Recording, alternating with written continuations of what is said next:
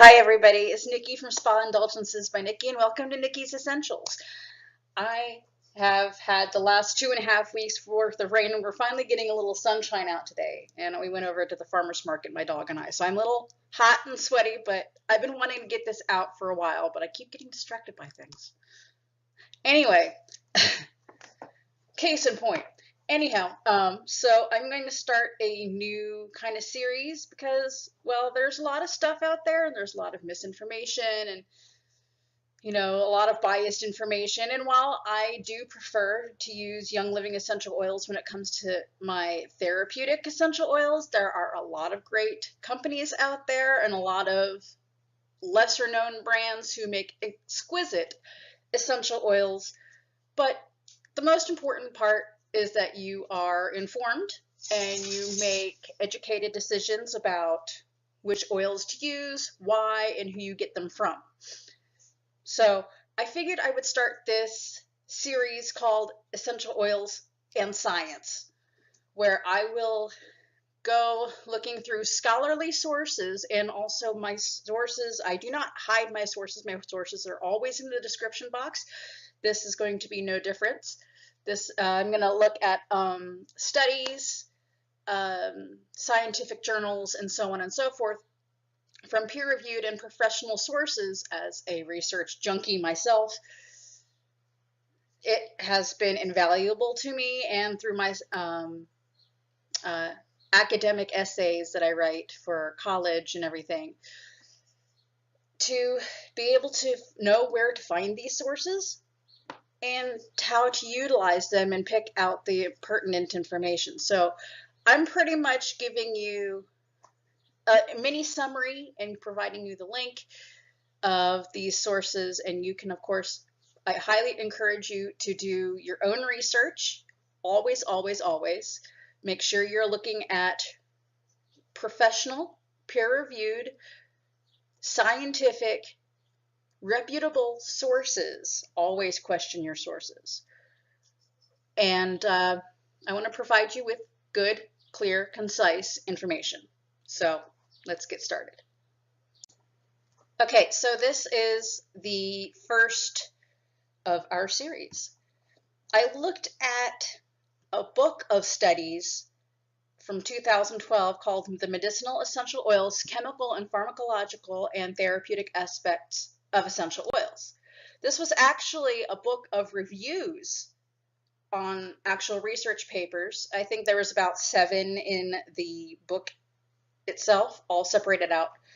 Each chapter was its own review of its own study. Still sweating, holy crap.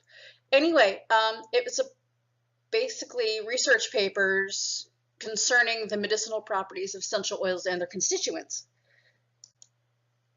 So in the book, like I said, I think there are 7 studies.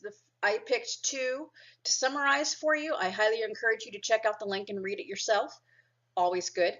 Take your own notes. But chapter 4 I found very intriguing. This is about the toxicological aspects of essential oils.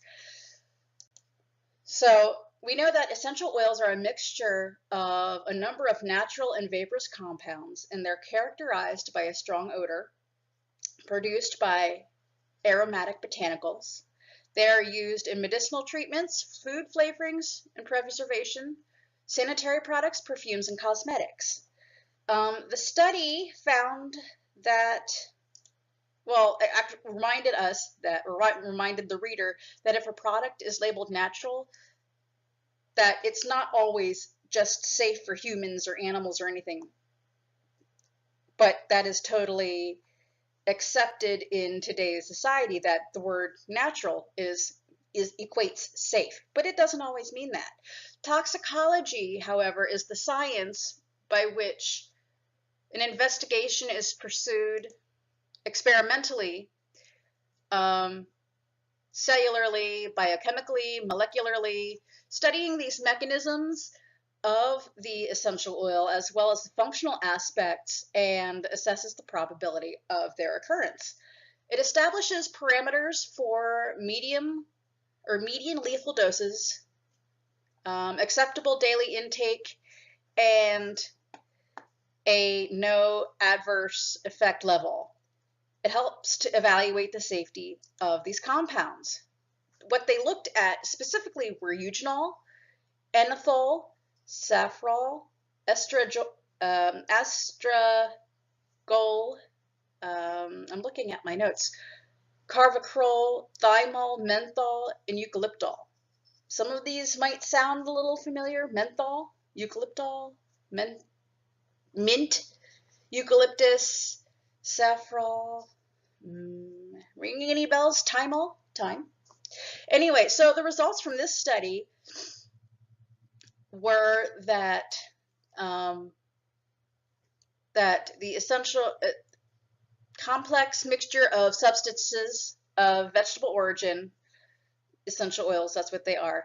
Toxicological data are limited in the scientific literature, as we know. Most of the essential oils used in industry are low toxicity and safe under the conditions that they are generally used. Safrole and estragol, or estragol, E-S-T-R-A-G-O-L-E, it showed some carcinogenic potential in their studies, mainly related to their metabolites, what they, in ingested, how they metabolize, what they break down into. So those parts that make up the whole, not necessarily the whole itself. Further studies are necessary to examine any toxic effects and effects in humans. So natural does not always mean safe, so make sure you study and you learn. You can never learn too much. You can never research too much. Always be safe. Always research. Reputable sources, important. Anyway, the next source that, the next chapter was actually chapter 5, and I found that also very interesting. It's about the effects of essential oils on the cardiovascular system. This was in that same book, and they, let's see, the study concerned itself with how essential oils affect the circulatory system, the cardiovascular system, your veins, your blood vessels, your arteries, your heart, your blood. Essential oils have been used for countless centuries, as we know, for Eastern or natural medicine for primary care, and they're even being used now in place of many times because people, well, they've lost faith in our medical system many times, depending on the situation. Not everybody, but some. I can't say I blame them. I've had my own trials. I'm sure you have too. Haven't we all? So they were looking at the therapeutic potential of essential oils as natural alternatives and better treatments for an improved quality of life. Active compounds such as terpenoids and phenylpropanoids were found. Pharmacological properties, including significant effects on the cardiovascular system, vasorelaxation, the relaxation of the blood vessels, and decreased heart rate and hypotension. Hypo, not hyper. Hyper, too much. Hypo, too low. They identified new bioactive treatment for cardiovascular diseases such as angina, hypertension, heart attacks, and heart failure. As a survey of the most promising data published in the literature on the cardiovascular activity of essential oils and their constituents, as well as the scientific evidence of aromatic medicinal plants through the pharmacological evaluation of their oils. They also found that medicinal plants and their bioactive compounds and how these compounds affected the circulatory system. So their results from their studies was quite extensive in learning about the molecular diversity of their bioactive compounds. Hydrocarbons, ethers, alcohols, phenols, aldehydes, ketones, and aromatic. These chemical groups quoted from the source itself, chemical groups that play a part in the medicinal usefulness of essential oils, some of which may also benefit cardiovascular health.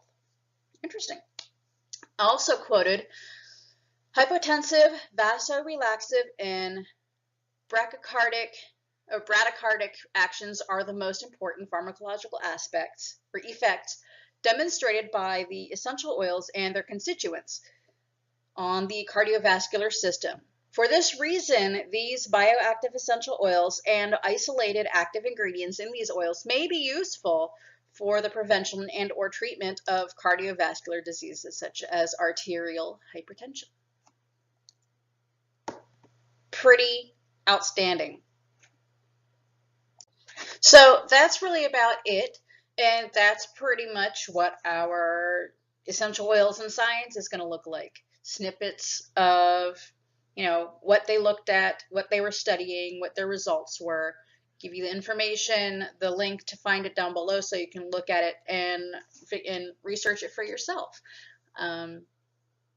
Is this something you would find helpful, useful, informative? Leave comments down below of how things could possibly be improved upon. Be kind, please. My ego is fragile. But anyway, just as always, leave comments down below, questions about essential oils. Actually, I highly encourage questions because then I could probably do a Q&A about essential oils in a later video. But if you need to ask any of those questions, you can email me or in the comments below or at any of one of my links. There's contact information there. So yeah, I hope you liked it. I'm sure it's a little dry, but hopefully as I get more comfortable doing these types of things, it's been a long time since I've done videos. So I'm sure my quirky personality will come out a lot more. But anyway, I will talk to y'all very soon. I hope you found this at least somewhat helpful, useful, definitely not entertaining because it wasn't meant to be as such, but educational. Educational. That's where I was going with it. Anyway, thanks so much for joining me. If you found any value in this, please give it a thumbs up, subscribe to my channel so you're never missing out on anything that could possibly be somewhat entertaining, and share it with your friends. If you have a site or a blog about essential oils, please feel free to share my videos if you find them pertinent to what you are putting upon your blog or your website. That's where I'm here. It's here for you to use for your own purposes, unless otherwise stated. So thanks again, everyone. I'll talk to you later. I'm going to go pass out and take a nice afternoon nap now. I think my dog beat me to it. But anyway, talk to you a little later. Bye, everybody. Mwah. Namaste.